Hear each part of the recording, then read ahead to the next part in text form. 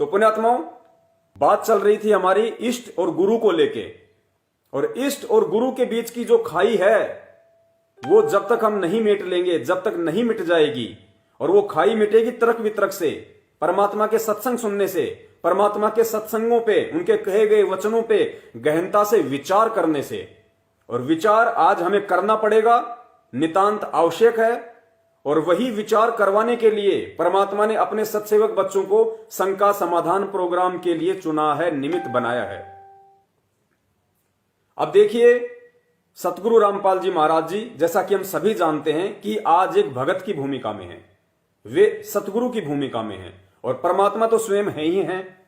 हम रोज नित्य नियम में परमात्मा की वाणी भी पढ़ते हैं कि साहिब से सतगुरु भय और सतगुरु से भय संत, और धर धर विशाल वेश अंग खेलय आदि और अंत। यानी स्वयं वो कबीर परमात्मा अपने बच्चों तक ये सत ज्ञान पहुंचाने के लिए, उन्हें अपनी जानकारी करवाने के लिए, उनसे सत भक्ति करवा के काल लोक से छुटकारा दिलवाकर सतलोक ले जाने के लिए, वो कबीर परमात्मा, वो साहिब से सतगुरु भय, वो कबीर परमेश्वर साहिब पूर्ण परमात्मा उस अपने साहिब वाले रूप से सतगुरु रूप में नीचे आए। सतगुरु होता है सच्चा ज्ञान देने वाला। साहिब से सतगुरु भय और सतगुरु से भय साध, सतगुरु से भय साध, साध यानी भगत। और ये तीनों अंग एक हैं। कौन से? साध, सतगुरु और साहिब। ये तीनों अंग एक हैं। गति कुछ अगम अगाध, बस थोड़ी थोड़ी सा उनमें अंतर है, वो हमने समझना है क्या अंतर है। साहिब रूप में परमात्मा सतलोक में बैठे हुए हैं, सहशरीर हैं, पूरी सृष्टि का पालन कर रहे हैं परमेश्वर, सारे ब्रह्मांडों का पालन कर रहा है परमात्मा सतलोक में बैठ के।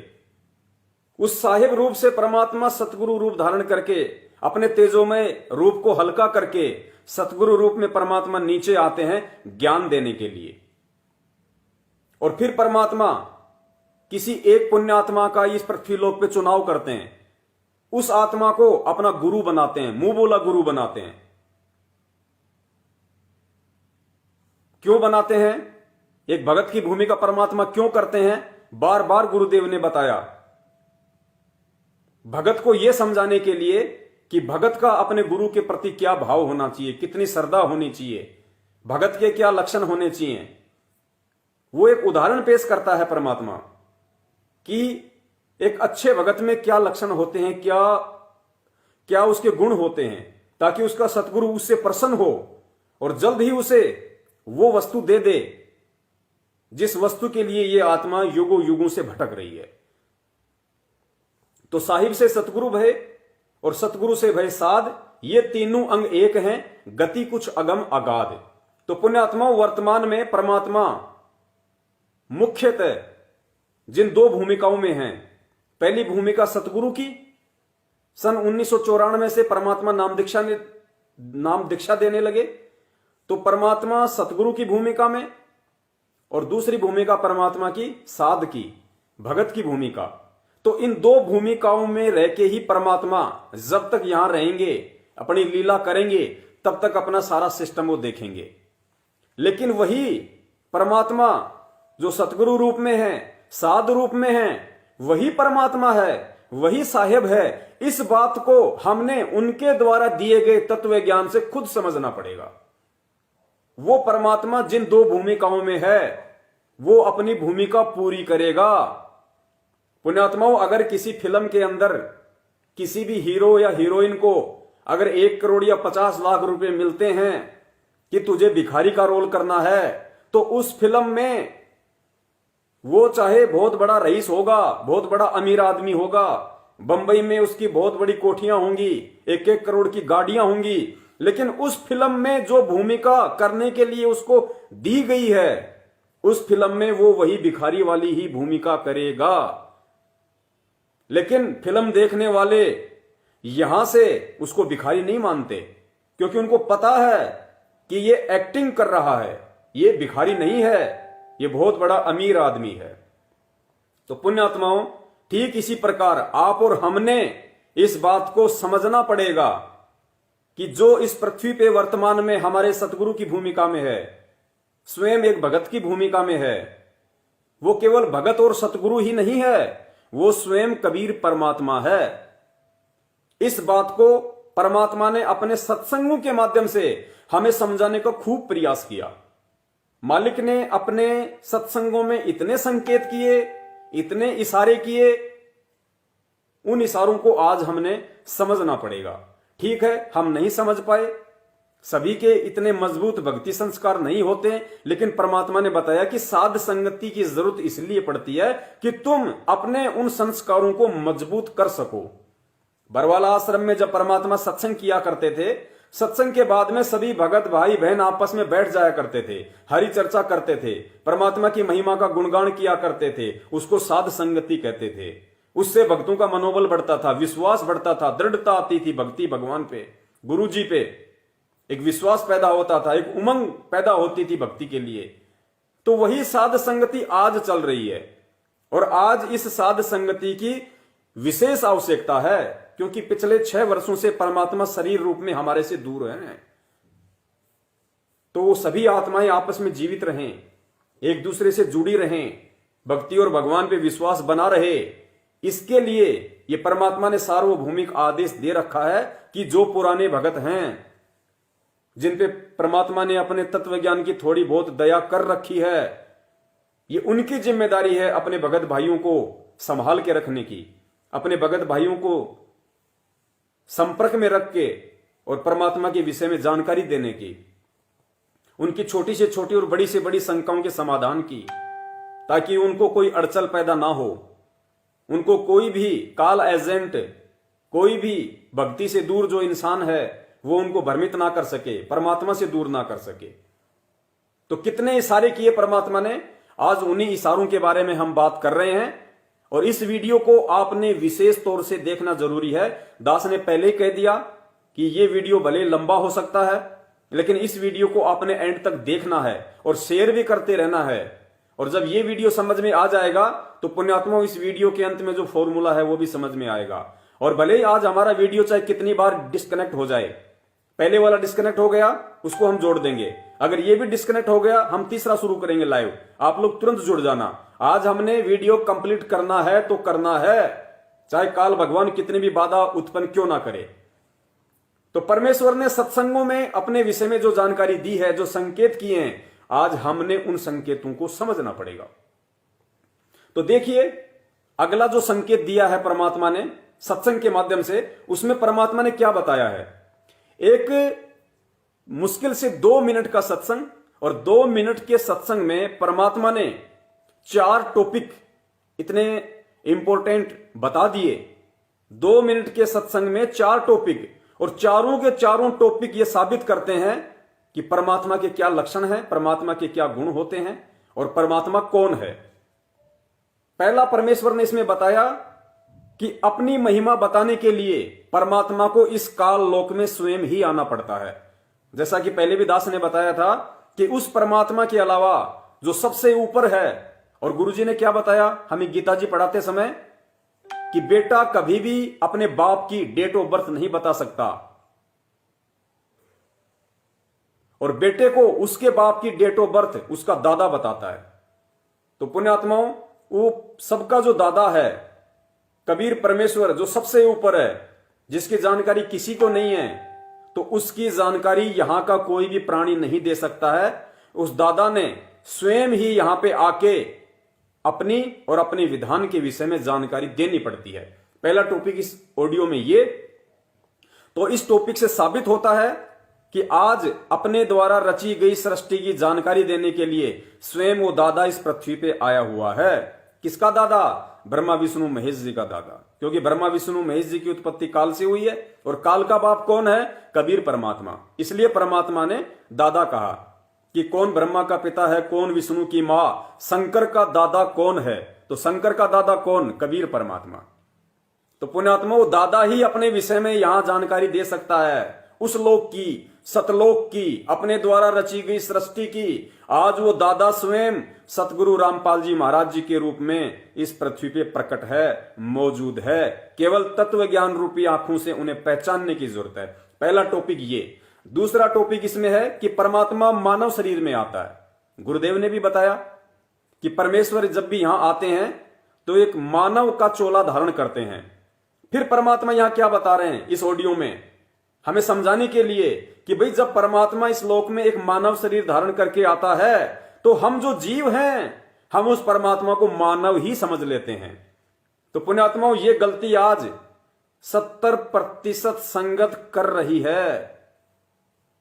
परम पूज्य सतगुरु रामपाल जी महाराज जी जो एक मानव रूप में आए हुए हैं, उनको मानव समझकर, कहते हैं ना, गुरु को मानुष जोग ने करे चरणामृत को पान, ते नर नरक में जाएंगे जन्म जन्म होए समान। और गुरु मानुष कर जानते वो नर कहिए अंध, ओए दुखी संसार में आग गए यम की फंद। ये वाणियां आदरणीय गरीबदास जी महाराज जी ने बोली हैं। और वाणियां क्यों बोली हैं? वाणियां इसलिए बोली है कि जब वो परमात्मा इस पृथ्वी पे आएगा एक मानव शरीर में, तो कुछ जो आत्माएं हैं जो अज्ञानता में, मूर्खता में, नादानी में, देखा देखी में उस परमात्मा को मानुष समझेंगी, अपने जैसा मनुष्य समझेंगी। तो पुण्यात्माओं, ये गलती अब हमने नहीं करनी है। तो परमेश्वर यहां इशारा कर रहे हैं इस ऑडियो में कि परमात्मा जब यहां आते हैं तो मानव शरीर धारण करके आते हैं, लेकिन हम उनको एक मानव ही मान लेते हैं। दैट्स मीन अब हमने उनको मानव मानने की भूल नहीं करनी। ये परमात्मा इस ऑडियो में समझाना चाह रहे हैं, जो आगे आप सुनेंगे। तीसरा पॉइंट इस ऑडियो में है कि परमात्मा अजन्मा होता है। अजन्मा मतलब परमात्मा का कभी किसी मां से जन्म नहीं होता। सतगुरुदेव जी अपनी तरफ इशारा कर रहे हैं इस ऑडियो में कि परमात्मा अजन्मा होता है, स्वयंभू, स्वयं प्रकट होता है। आगे परमात्मा ने बताया कि संत भगत भी होता है और संत रूप में परमात्मा भी आ जाता है। मतलब परमेश्वर ने यह बताया कि संत रूप में जो संत होते हैं वो भगत को भी कहा जाता है संत। और साथ ही गुरुदेव क्या कह रहे हैं कि भाई संत रूप में परमात्मा भी आ जाता है। तो आज हम क्या कहते हैं? संत रामपाल जी महाराज, संत रामपाल जी महाराज। तो भाई उस संत रूप में आज वो परमात्मा आया हुआ है। भाई मैं आया हुआ हूं, ये परमात्मा हमें समझाना चाह रहे हैं। अब सुनिए आप ये ऑडियो, और इस ऑडियो में जो 4 टॉपिक हैं दास एक बार दोबारा से रिपीट कर देता है ताकि जब आप ये ऑडियो सुनोगे तो आपको ध्यान रहेंगे। और पुण्यात्माओं, परमात्मा का कोई भी शब्द अनायास नहीं होता, ये पूर्ण परमात्मा है। परमात्मा अगर सौपन में भी कोई शब्द निकाल रहा है तो पुण्यात्मा वो गहरा शब्द है। अनायास परमात्मा एक शब्द भी नहीं निकालता। तो परमात्मा के जब हम सत्संग सुने तो हमने एक एक शब्द को गहनता से सुनना है। 4 टॉपिक। सबसे पहला टॉपिक है अपनी महिमा बताने के लिए इस काल लोक में स्वयं आते हैं। नंबर 2, परमात्मा मानव शरीर में आता है और हम मानव ही मान लेते हैं। नंबर 3, परमात्मा अजन्मा होता है। नंबर 4, संत भगत भी होता है और संत परमात्मा भी संत रूप में आ जाते हैं। सुनिए ऑडियो।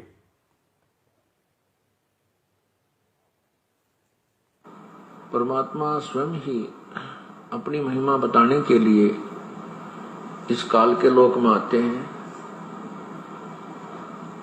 और वो अपनी एक लीला करते हैं।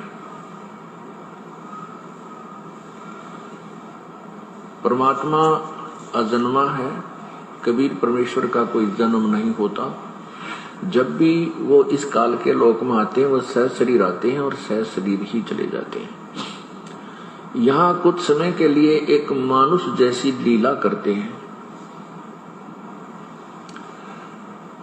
एक मनुष्य जैसी लीला करते हैं। मनुष्य का जीवन जैसे एक मानव अपनी क्रिया करता है, यहाँ वो ऐसी ही क्रिया करते हैं।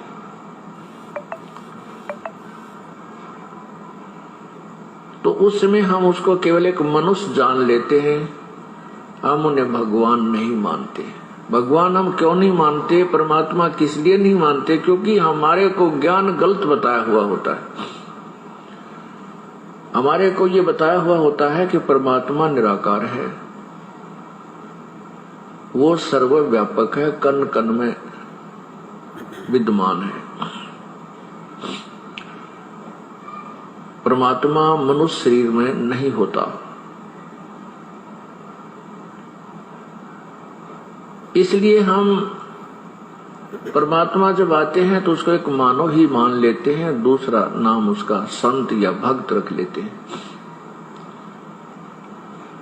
संत मनुष्य भी होते हैं और संत की भूमिका में प्रभु भी आ जाते हैं। अब क्या बताते हैं, संत परमात्मा, संत भगत भी होते हैं और संत की भूमिका में परमात्मा भी आ जाते हैं। तो परमेश्वर यहां ये संकेत कर रहे हैं कि भाई संत की भूमिका में मैं आया हुआ हूं। पुण्यात्माओं, एक एक शब्द पे हमने गौर करना होगा और सत्संग ही वो आधार है, सत्संग ही वो मूल वस्तु है जिसके माध्यम से परमात्मा हमें सारी जानकारी देते हैं, अपनी पहचान करवाते हैं और दूसरा कोई माध्यम नहीं है। परमात्मा चाहते तो हमारी गर्दन पकड़ पकड़ के सतलोक भी दिखा सकते थे कि देख यहां से कितना अच्छा लोक है, तो हम मान जाते, लेकिन फिर वही बकवाद शुरू कर देते वहां पे। इसलिए परमात्मा को सत्संग करने की आवश्यकता पड़ती है, सत्संगों से आत्मा को निर्मल करने की आवश्यकता पड़ती है, आत्मा को अंतःकरण से साफ करने की आवश्यकता पड़ती है। और जब हम खुद जब तक उस सतलोक की तड़प अपने हृदय में नहीं बनाएंगे तब तक हम सतलोक में जाने वाले नहीं, हम वहां पे टिकने वाले नहीं। तो पुण्यात्माओं, सत्संग का एक एक शब्द बड़ा ही अनमोल।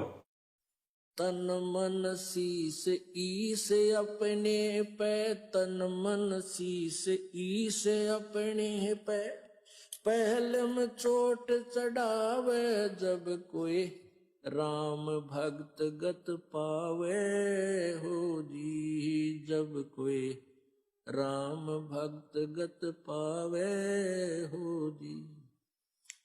तन मन शीस ईस अपने पे, तन मन शीस ईस अपने पे, पहलम चोट चढ़ावे जब कोई राम भक्त गत पावे हो जी, जब कोई राम भगत गत पावे हो जी। भाई सतगुरु तिलक अजप्पा माला, युक्त जटा रखवावे, सतगुरु तिलक अजप्पा माला, युक्त जटा रखवावे। जत को पीन सत का चोला, भीतर बेख बनावे जब कोई राम भगत गत पावे हो जी, जब कोई राम भगत गत पावे हो जी। भाई लोक लाज मर्याद जगत की, तरण ज्यों तोड़े बगावे, लोक लाज